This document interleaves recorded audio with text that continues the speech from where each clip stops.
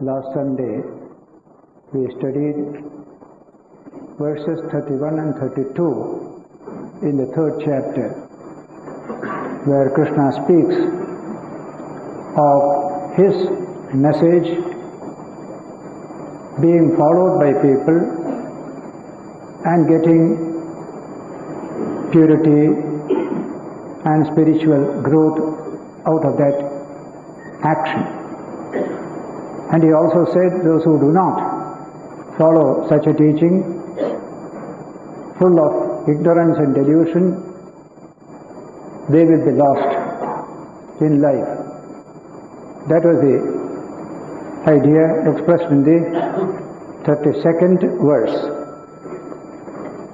Ye tvetad abhyasuyanto nanitishtanti me matam sarvajnana vimudhanstan vidhi nashtan achetasah.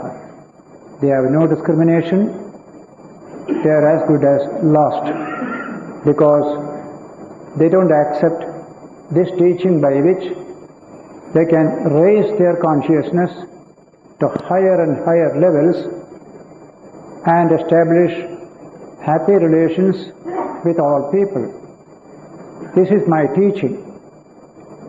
This is, he has said earlier, fix your mind on me. Develop this wonderful attitude of service, control, organic cravings. That is how we develop character. Towards the end of the chapter, we shall study that when we don't do these things, we give a free rein to our native impulses. We become criminals, we suffer. How to overcome that? That's the theme of the last 7 verses of this chapter. Verse 33, we study today.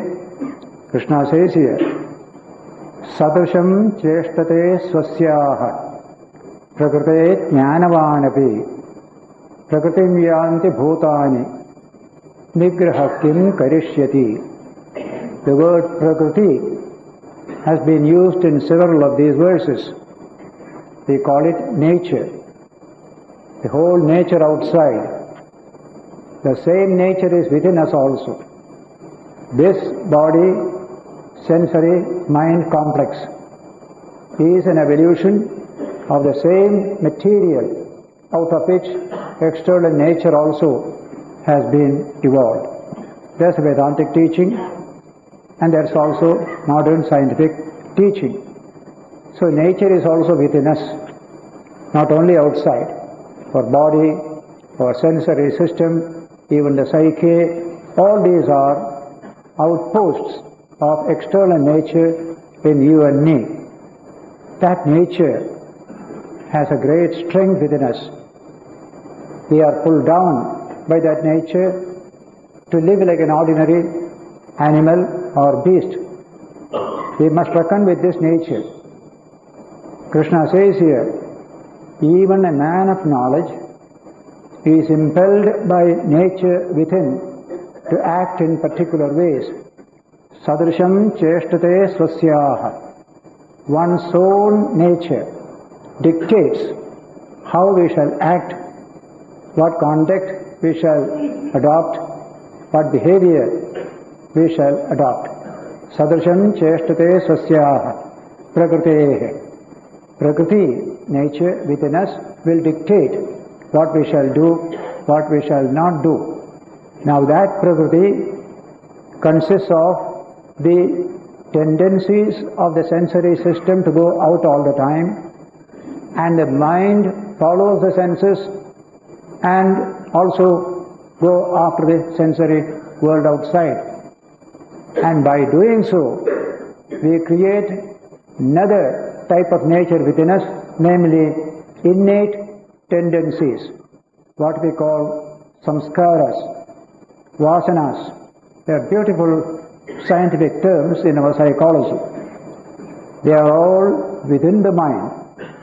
below the conscious level, the subconscious and the unconscious of man. There you find nature in its raw state. Everything is there. And they come out. They try to express. And we are dragged by these forces within. Not only you and I, jnanavanapi, even a man of knowledge. He knows everything. Still he is being pulled in a particular direction by these forces.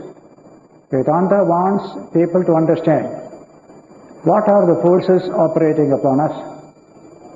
And Vedanta says two. One external forces, the other internal forces. Most people neglect these internal forces. That is why they are in trouble. If we don't neglect this, we know how to handle these forces, then we can live a better and fuller life. That will be taught in the verses to follow. So, Prakrite jnanavanapi, even a jnani, man of knowledge, he is carried away by the forces of nature embedded within oneself. Prakritim yanti bhutani, beings follow the impulsions of nature. Nigraha kim karishyati, what will mere suppression do?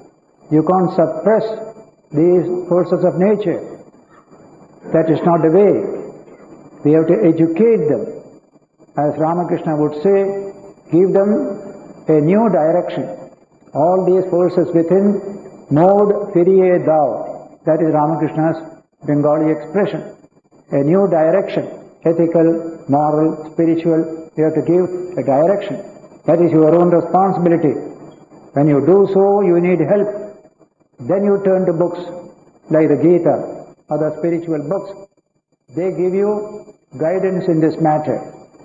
And so, it is a problem everybody has to face. Human beings particularly. Animals are all nature. They don't protest against nature. You can see nature in its fullest expression in the animal. But in man, that nature is there. Something else also is there. That something else is his sense of freedom. The Atman, manifesting through the body-mind complex as a sense of freedom. I want to change. I want to improve. I want to progress. I take my life in my hand and shape it myself. I don't want nature to shape it. In this way, there is also an element of freedom in every human child, which you won't find in any animal. Vedanta therefore calls this human system as Chit, Jada, Granthi, a combination of Chit and Jada. That means consciousness and inert matter. These two are combined in the human system. What is inert matter is what nature has implanted within us. What is consciousness is also present within us. In evolution, it has found manifestation in this human system. We are in a difficult situation.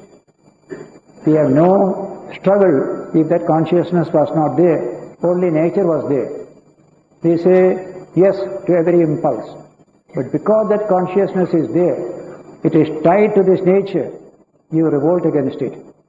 All moral life, all culture, all civilization comes out of that struggle.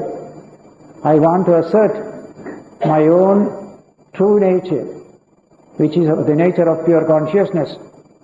So, Chit, Jada, Granthi, the knot of Chit and Jada. Chit means consciousness, Jada means unconsciousness or inertness. Nature is inert outside. That nature has implanted itself within us. We are a mixture of both. So, when that is strong, we are carried away. Prakrite jnanavanapi, even a jnani is subject to this pressure. In the Devi Mahatmyam, that great book of Bhakti to the Divine Mother, there is this Shloka. Jnaninam apichetamsi Devi Bhagavati Hisa Balad Adrishya Mohaya Mahamaya Prayachati. That Divine Mother manifesting as Mahamaya, that great delusion which is functioning in this world of manifestation, drags away even the mind of a jnani towards delusion, delusive life, delusive action. And so we have to be careful. Everything is not easy within us. Human life is a struggle. The concept of human life as a struggle is a wonderful concept. Animals do not struggle. We struggle. Their struggle is for mere survival. Eating, drinking for survival. Our struggle is not mere survival. Something within us is seeking expression and to dominate this body-mind complex. That is how we develop culture, we develop civilization, saying no to nature, going beyond nature to some extent. But even then, even a man of culture and civilization is subject to the pressures of nature, and you can see it in civilization everywhere. There is a deeper dimension to the subject, not merely civilization. Civilization is only comfort, more of conveniences, more of gadgets. I sometimes quote a sentence from Disraeli, the British Prime Minister of 100 years ago. He was a great scholar, where he says, the European talks of progress because by the aid of a few scientific discoveries, he has constructed a society which mistakes comfort for civilization. Because we are more comfortable, we are more civilized. That is our understanding. That's not correct. That's what he wants to emphasize. There is something higher which we have to manifest. Comfortable life is not truly civilized life. So, sadrisham cheshtate swasyaha Prakrite jnanavanavi Prakritim jnanti bhutani. Beings follow impulsions of nature. Nature says do this, you do. Nature says do that, you do that also. A man like Jung, Carl Jung of Zurich, psychologist, in his book Modern Man in Search of a Soul, also emphasizes this point. There is nature built into us. What all we are doing, nothing but the impulsions of nature. You eat for your physical survival. You get education also to fit yourself for survival. You marry, have children, rear them. Also, nature is compelling you to do all these things. In all these matters, what functions is just plain nature. Use of that expression, plain nature. But this is not the whole thing. There is such a thing as culture. Use of the word nature versus culture or personality development. There you are on your own ground. You are trying to manifest some dimension within you beyond the nature level. Out of that comes ethics, morality, all higher spiritual life, everything. So he contrasts between these two. Suppose a man is 60 years old. He has enjoyed this world. Then he continues to enjoy another 20 years. And Jung tells him, you are only an instrument of nature. You have not realized your own true dimension. It is high time you do so. Life has two dimensions, forenoon, afternoon. Take your life, divide it into a forenoon and an afternoon. Middle life is the middle line. Formerly it was 35. Now you can make it 40 is the middle line. Up to 40 you are in forenoon. What should you do in forenoon? You are busy expressing that impulsions of nature that are within you, how to establish your position in this world. He calls it achievement. What have you achieved? In all this achievement, you are only expressing nature that is within you. Then, after 40, afternoon begins. There must be a different approach, a different philosophy. Don't be an instrument of nature all the time. Be yourself. There is something higher in you. He calls it personality enrichment. He calls it culture. Achievement versus culture. Saying this, he gives a warning. A beautiful sentence. Those who carry over to the afternoon of life the philosophy of the forenoon will be facing disaster. They will become diminutive in personality. They will become smaller and smaller and not bigger and bigger. That is the language. Afternoon has its own philosophy. Forenoon has its own. Don't carry one to the other, because in the afternoon nature is going to neglect us.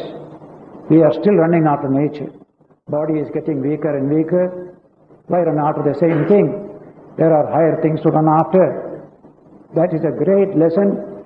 I am sure he must have got it from the Indian idea of the ashramas. Life is divided into 4 sections. Brahmacharya, Grahastha, then Vanaprastha, Sannyasa. The last 2 deal with the higher dimension in a more concentrated way. During the first 2 also we shall be having something to do with higher dimension. But the struggle of life is so strong, we can't divert much attention to it. But now that you have achieved something in life, you have got a family, you have got name, fame, everything has come to you. Now it is time to develop a new philosophy for yourself. That's the philosophy of the afternoon. Have I enriched myself qualitatively? What a beautiful concept. More of peace, more of joy, more of compassion. That spiritual development must become the main activity in the afternoon of one's life. If you carry over the afternoon, the forenoon activities to the afternoon, what will be the result? Diminution of personality. You will become smaller and smaller day by day, because the world rejects you. Nature rejects you. You are not fit for nature. Take, for example, the concept of genetics. Any organism is valuable for nature only so long it can reproduce. As soon as it ceases to reproduce, nature has no interest in that organism. That is the nature of this philosophy. But nature may reject you. But why do you reject yourself? You have the capacity to take life to a higher level, higher than nature. Don't live at the nature's level all the time. This is a profound truth. In these verses, Gita is stressing this idea that much of our life is at the level of nature. We accept it, but it need not always be so. We can rescue ourselves from the bonds of nature. There is something within us which is free. We can manifest that freedom. There comes a higher philosophy of life, and both these do not contradict. They follow one after the other. First is achievement, certainly.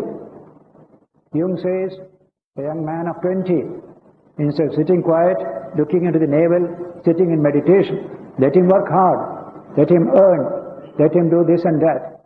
Otherwise, he will be a failure. So achievement is the first lesson we have to learn. But that's not the only lesson, he says. There is a higher lesson. In these verses, you get that truth expressed by Sri Krishna. Sadrusham cheshtate swasyaha pragate. Swasyaha pragate sadrusham. According to one's own prakriti or nature, we act. Even a jnani is supposed to act accordingly. Nigraha kim karishyati. What can mere suppression of these do? If you suppress it here, it will come out that way. That's why, as a famous Roman poet of the Augustan period, 1st century AD, Horace, he says, if you take nature by a pitchfork and throw it out through the window, it will come in through the door. You cannot destroy that nature. It is there. But you must know how to handle it. The best psychology has been used to develop the spiritual message of Vedanta without doing violence to human nature. This nature which is always expressing, we slowly educate that nature and go higher and higher and higher. No direct confrontation, no suppression. Suppression has no meaning at all, because suppressed energies find a way to come out. In fact, they come out in a disguised form. There's one of the big contributions of Freud to human psychology.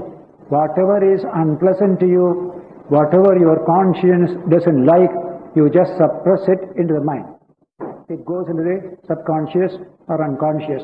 From there, it comes out in a disguised form, in various forms of psychic distortions and complexes manifesting as this behavior, that behavior. You don't know what they are. A psychologist or a psychoanalyst may be able to know better.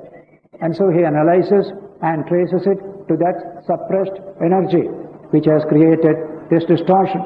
So he says, that is not the way. Educate these things. They can be educated. Ramakrishna puts it in that simple statement, Mode firie thou. Turn the direction of these energies. They are all centers of energy. Every emotion is a center of energy. Every psychic experience is a center of energy. That energy has to be refined and given a direction. That capacity we have. Only we must do it carefully, judiciously, not a direct confrontation. Those who have enormous spiritual strength, they can do with a confrontation with these forces. But most people cannot and should not. They will lose in the battle. That's the meaning of the statement, Nigraha kim karishyati. Merely suppressing, what can it do? Better to work out these various tendencies, impulses with a discriminating mind so that you can go higher and higher. The word discrimination comes here again and again. So this is the teaching regarding nature implanted in man. The same nature. That's why he will say there is a similarity between the two, attraction between the two, nature outside and my sensory and psychic system. That he will say later on. He says, next sloka, 34. Indriyasya arthe ragadvesho vyavasthitau tayorna vashamagache tauhyasya paripanthinau. Indriyasya artha. Two words. Indriya means sense organ. Indriyasya artha, the object, namely sense object. Sensory object. These two are related to each other. Indriyasya arthe. How do they get related? Through two emotions. One is called raga, the other is called dvesha. If it is favorable, I am attached to it. If it is unfavorable, I get angry with it. These are the ways we react to all external sensory experiences. A pleasant experience we welcome. Unpleasant we try to run away from. That is how we behave with regard to the external sensory world. Indriyasya arthe ragadveshau. Raga means attachment, craving. Dvesha, if you don't get what you seek, you get angry. Or if you get something bad, also you get angry. Ragadveshau vyavasthitau. They are well established. This sensory system is well established in the sensory world through these two emotions, raga and dvesha. Ragadveshau vyavasthitau. Then Krishna says, tayor navashamagache. Don't get into their clutches. The language. Tayor navasham means clutches. Don't get into their clutches. Why? Tauhyasya paripanthinau. They are in this life highway robbers. See the language. Paripanthi now. You are going on the road, a highway robber comes, loots away whatever you have. Therefore be careful, be careful. Tauhyasya paripanthi now. We have plenty of highway robbers today, in buses and rails everywhere. But every day in our life we are having this kind of highway robbers. What do they rob from us? Our discrimination, our knowledge, our wisdom. All these things are robbed away. Therefore, be careful. Be alert in the language. Tayorna vashamagacchehe. Tauhyasya paripantinau. They are the enemies of this man, this human being. Paripanthi means enemy, but particularly without any warning, an enemy comes. That's called highway robbery.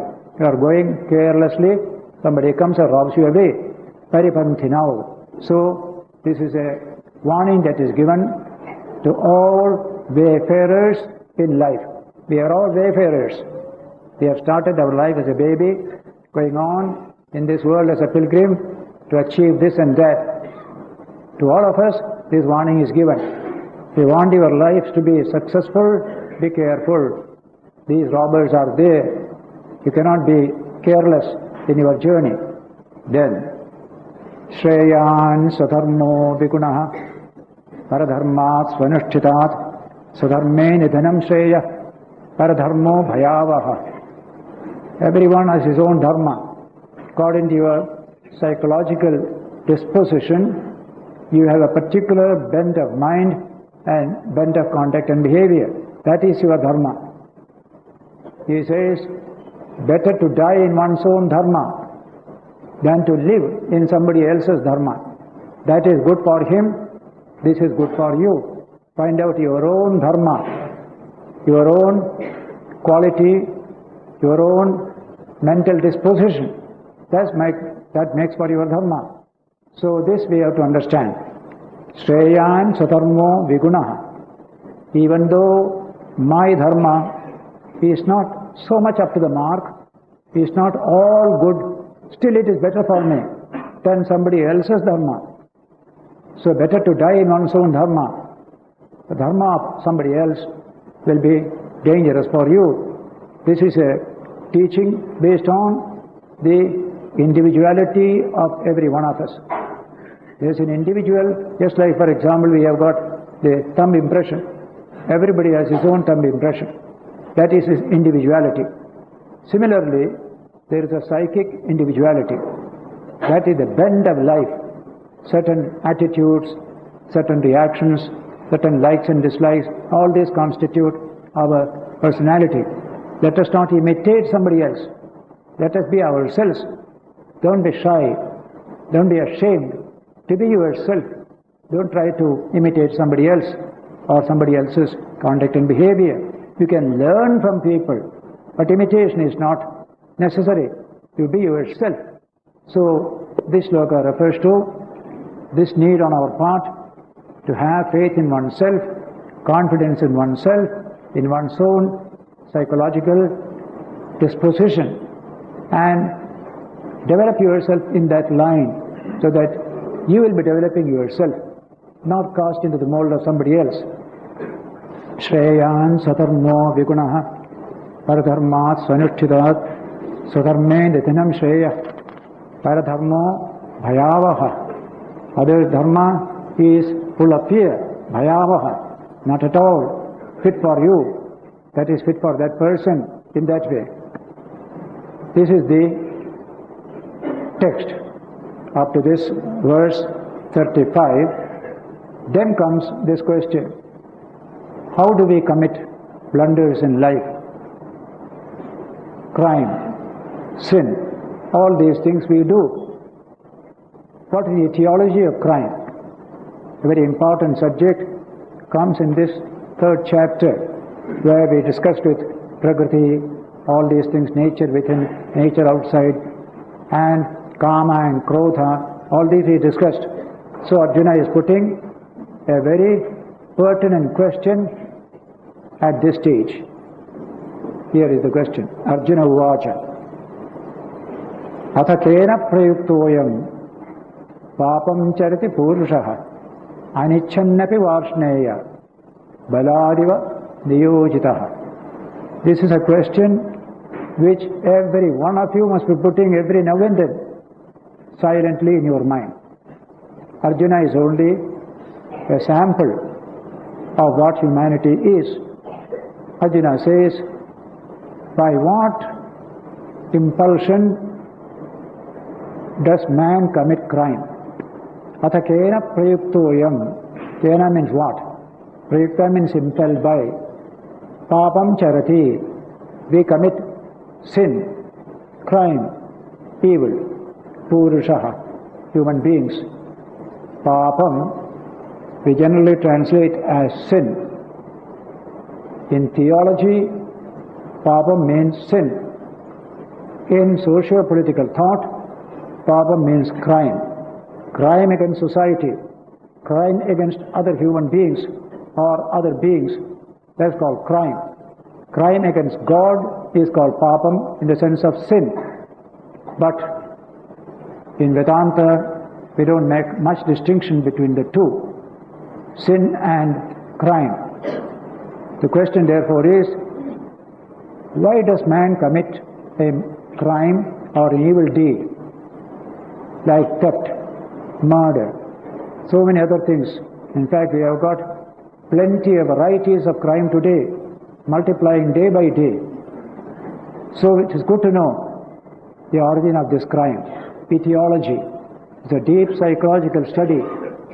In fact, in sociology, we study this subject, and also in criminology, we study this subject. Psychologically, it's a wonderful study. What is the origin of crime? Not only so, the last line says, Baladiva niyojitaha. I don't want to do it, but something impels me towards it. That's also mentioned there. Left to oneself, I don't think we shall commit crime, but some force in me forces me to do the crime. What is that? This is our everyday experience. So these 7 verses are a depth study of the subject of crime, its etiology, and how to overcome it.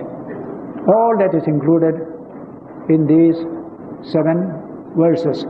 So, anichannapi, even though I don't like to do that crime, baladiva niyojitaha, somebody is forcing me, just like a superior man forcing an inferior man to do something wrong. He can't say no to it. We are also like that. Within us, we are 2 personalities. One is the good man, wants to be moral, wants to be good. There is somebody else also who is creating this trouble, impelling me. There is a multi-dimensional, not even 2, multi-dimensional you can say. Human being is a very complex entity. So this subject comes up here. Atakena prayuktoyam papam charati purushaha. I am purushaha. This Mr. So-and-so, this Mrs. So-and-so, I am purushaha. By what impulsion does he or she commit crime or sin in spite of oneself? As if some force is forcing him or her to do this. That is Arjuna's question. Bhagavan Uvacha. Sri Krishna is giving the reply. Kama esha, krodha esha, rajoguna samudbhavaha, mahashano mahapatma, vidhi enam iha vairinam. Who are these enemies who impel you towards crime, towards evil? Very clear. Kama and Krodha. 2 energies within. They impel us towards this evil and sin. Kama esha, Krodha esha. It is Kama, it is Krodha. Kama is a great word. It has been treated from 2 points of view. In Manusmriti, there is a great praise of Kama. If you have no karma within, you can't act at all. All action is impelled by karma. So karma is praised there. Akamasya kriya nasti, says Manu. A man who has no desire, he doesn't act also. We want to put desire into the mind of the person so that he may act well. Take our own rural population. Millions of them. They have no desire within. They are living in dirt, no education. Even though school is there, they don't go. They have absolutely no desire. Can we say they have become great sages? Not at all. The first lesson is to stimulate desire. A young child, you stimulate desire. Then only activity will come. I want something. I must work for it, struggle for it, prepare myself to achieve it. So the first stage is karma. Similarly, krodha. Sometimes you need krodha. I had occasion to say earlier how human life will be very dull without this emotion called krodha or anger. They have a place, but they need regulation. They are blind forces. There comes human education, including religion. For religion is the higher education. And so, at some stage, we have to say no to karma. We have to say no to krodha. Then only you can live in a society of millions of people. If I am alone on an island, I don't need to control and restrain my karma and krodha. I can go on all over the island, run about whatever I like, go and take, get angry with everything that is there against rocks and other trees you can do. There is no worry at all. Because there are other human beings on whom your karma and krodha will react, therefore there is need for checking these two forces. That is why when you do not check, then they become evil. If you check them, they are not evil. Remember this meaning of the word karma. In this very book, a few chapters later, Sri Krishna will tell us, I am the karma in the heart of all beings, but a karma unopposed to dharma, unopposed to ethical sense. Any karma which is unopposed to ethical sense is divine, is welcome. See the language. Dharma aviruddho bhuteshu kamosmi bharatarshava Arjuna, and that karma in all beings which is unopposed to dharma. If my karma doesn't oppose your interest, the interest of other people in society, there is no harm in it. Absolutely, it is fine. So, karma is not condemned all through, but unrestricted karma, unrestrained karma, also krodha, also other evils coming along with them. These are primary. Our philosophy speaks of 6 enemies of man. Every human being has 6 enemies. They are all inside. First is kama. Kama, krodha, lobha. Lobha is greed. Earning is good, but greed is bad. Kama, krodha, lobha. Moha, delusion. Mada, pride and arrogance. Matsarya, violence. These things are known as Shad Ripu, 6 enemies of every human being. Man alone can tackle them. Animals cannot tackle this subject. So our philosophers discovered these 6 enemies, of which these 2 are the most important and most dangerous. Once these are controlled, other 4 are easy to control. So he says, Krishna says, what is that force that impels me to do wrong, to commit sin? They are 2, kama esha, krodha esha. What is their origin? Beautiful psychological study. Rajoguna samudbhavaha. They are born from the rajoguna that is within you. Rajas. First is tamas, inertia. When you are in tamas, you will neither do good nor do wrong. Just a table and chair, they are all tamas. They don't do any good or bad. There is no judgment of good and bad there, so long as tamas is there. As soon as rajas comes, then it can be either bad or good. So these are coming from the rajasic nature that is within us. And I said, we do need to educate a child from tamas to rajas, to create kama in that child. I want this, I want that, I want that. If there is an obstruction, I shall try to remove it with all my energy. So kama krodha become utilized for human development there. So 6 enemies, of which these are 2. These 2 arise from rajoguna. That rajoguna which has not been properly disciplined by the person concerned. He is going to tell us something about that rajoguna and the discipline that we have to apply to the rajoguna. Rajoguna samudbhavaha, mahashano, mahapapma. 2 beautiful words, mahashana. These 2 energies, kama and krodha, born of rajoguna, they are big eaters. Ashana means eating. Maha means great. Big eaters. That means like fire. You put fuel. Go on putting any amount of fire. Fire will be very happy. Any amount of fuel you put, a mahashana. This is also the same. You satisfy desire, go on, go on, go on. They will always say more, more, more, more. That is the nature of desire in man. Last time I quoted the beautiful passage from Gita's Faust, that drama, German dramatist, where Faust is sitting alone in the forest and entering into a soliloquy, talking to oneself. Thus, I see our unfulfillment. You light a fire in my heart. That fire burns till from desire I stumble to possession, and in possession languish from desire. That is my fate today. That's the language he has used.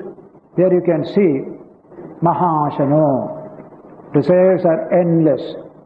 As soon as you satisfy one, 10 will rise in their place. That is what Schopenhauer said. You satisfy one, 10 will rise in their place. 10, 100 will rise. That's the nature of desire. So mahashano. Today we refer to this in the economic language as need and greed. Human needs we can satisfy. Human greed you cannot satisfy. In this world there are enough resources to satisfy the needs of all the 4 billion humanity, but not the greed.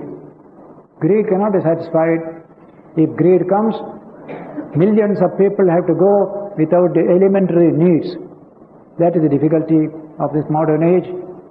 Economists, philosophers and thinkers are stressing this point today, that we should contain this greed, what you call consumerism mania. That must go, because it is endless. Mahashano, beautiful word. Many writers criticize America, for example, that 7% people of the world consume 40% of the world's resources. That's America. Americans themselves make this criticism. These are good signs. We are trying to understand the human situation better and better, that there is enough to meet the needs of people, not enough to meet the greeds of even a small number of people. So nature becomes destroyed. All ecological balance becomes disturbed because of greed. Take for example birds. How many birds have become extinct because we go hunting them and take their feathers, put on our heads? How many birds have gone extinct? There was a bird in Mauritius, dodo. Up to 200 years ago it was there. Colonial people went there, went on shooting them out. It is a very heavy bird, can't fly quickly, so it is extinct today. That's why in English we say dead as dodo. A thing is dead as dodo. Dodo has completely disappeared from the world. So in this way, ecological balance, which is needed for human survival, becomes disturbed by greed. So where a need is concerned, there is no difficulty at all. So the word Mahashana is a wonderful word. It is relevant to what we think of human situation today. Number one, Mahashana. Mahapapma, second word, which will impel you to do much evil, much destruction. That's called Mahapapma. Sin, evil, crime, all come from these two forces.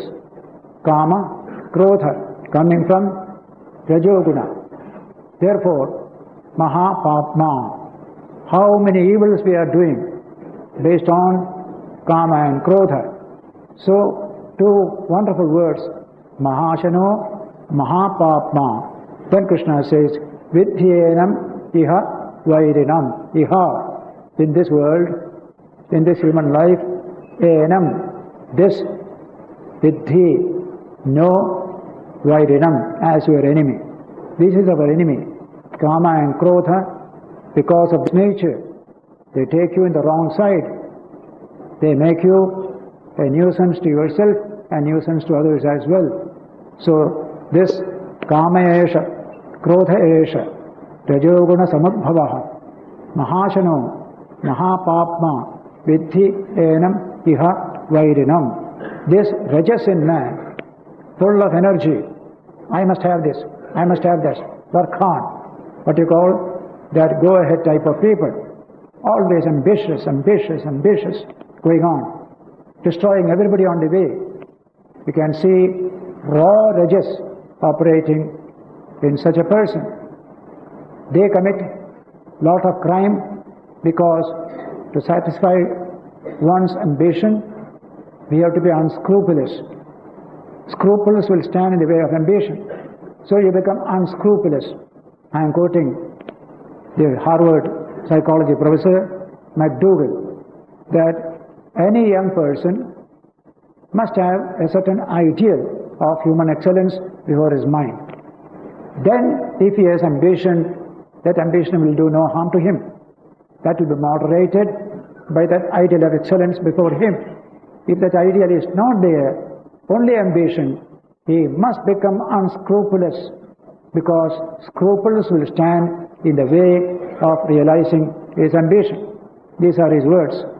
So, when this rajas becomes strong, then it takes us on that wrong track of personal ambition, unconcerned with everybody else.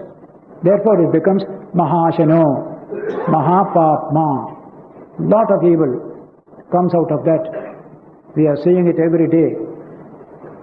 Sometimes, just now, 2 people are arrested for espionage in Delhi, giving secrets to foreign powers. Now they are in jail. They must be thinking, what a fate it is. But how did they get in there? Because of this tremendous rajas, nothing to moderate it, nothing to refine it, and just go straight ahead and get into trouble as well. Hundreds of instances are there. We see every day around us. It is good to think about this, and this chapter, these 7 verses, will help everyone to think deeply how we can handle the rajas that is within us. The answer will come. Krishna will give it later. Moderate this rajas with a touch of sattva. Give it a higher dimension.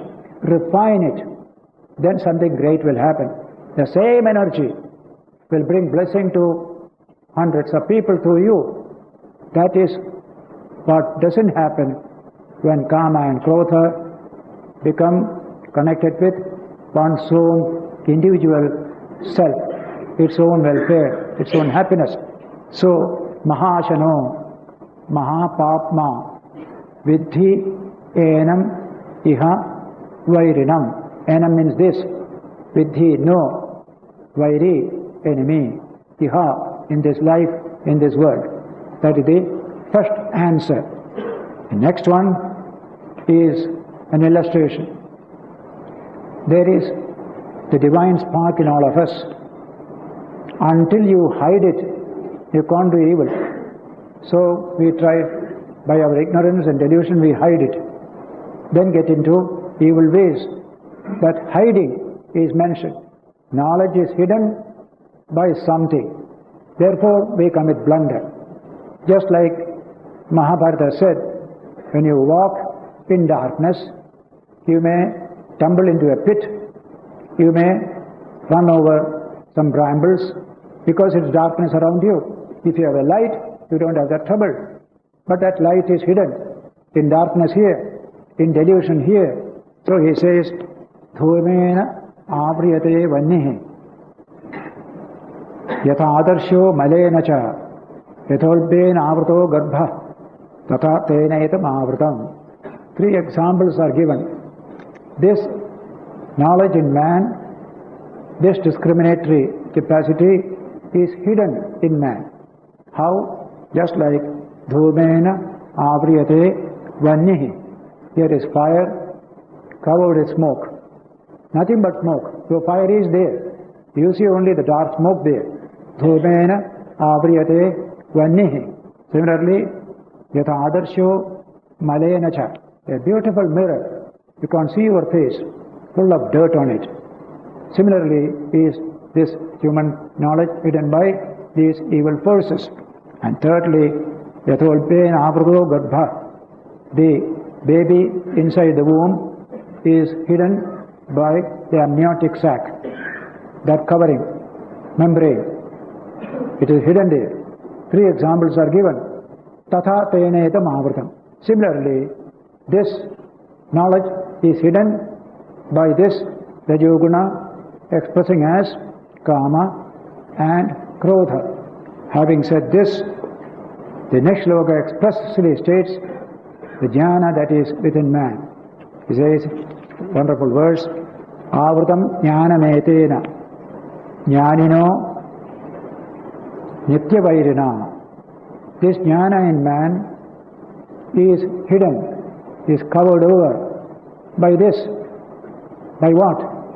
This Kama and Krodha rising from Rajas, which is man's nityavairi, eternal enemy. Unrestrained Kama and Krodha are man's eternal enemy. Nityavairi is the word used here, not only for a day, but throughout. So, Avratam jnanametena jnanino. Man of knowledge has his eternal enemy in these 2 forces working within him. They hide this jnana, and the jnana is hidden. He does all sorts of evil, all sorts of blunder. Kama rupena kaunteya, which is that enemy that hides Kama, this wonderful, unrestrained pursuit of personal pleasure and satisfaction. Kama rupena kaunteya, dushpurena analena cha. It is like a fire which is never satisfied with the fuel that you throw on it. The more you throw, the fire says, we want more, we want more. Dushpurena analena cha. Unsatisfied fire. In spite of all the wood that you put, it is still unsatisfied. So also is the state of the human mind. Avratam jnanametena jnanino nityavairina kamarupena kaunteya dushpurena analena cha. This is the teaching by Krishna on this subject of etiology of crime. But we want how to get out of it. How can we be free from this crime and the tendency to crime? That will come in the remaining 3 or 4 verses, which we shall take up next Sunday as usual.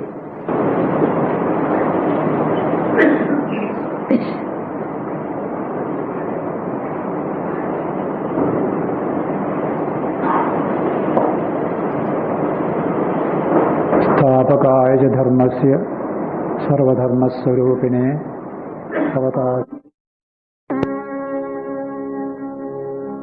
तव कथामृतम् तप्तजीवनम्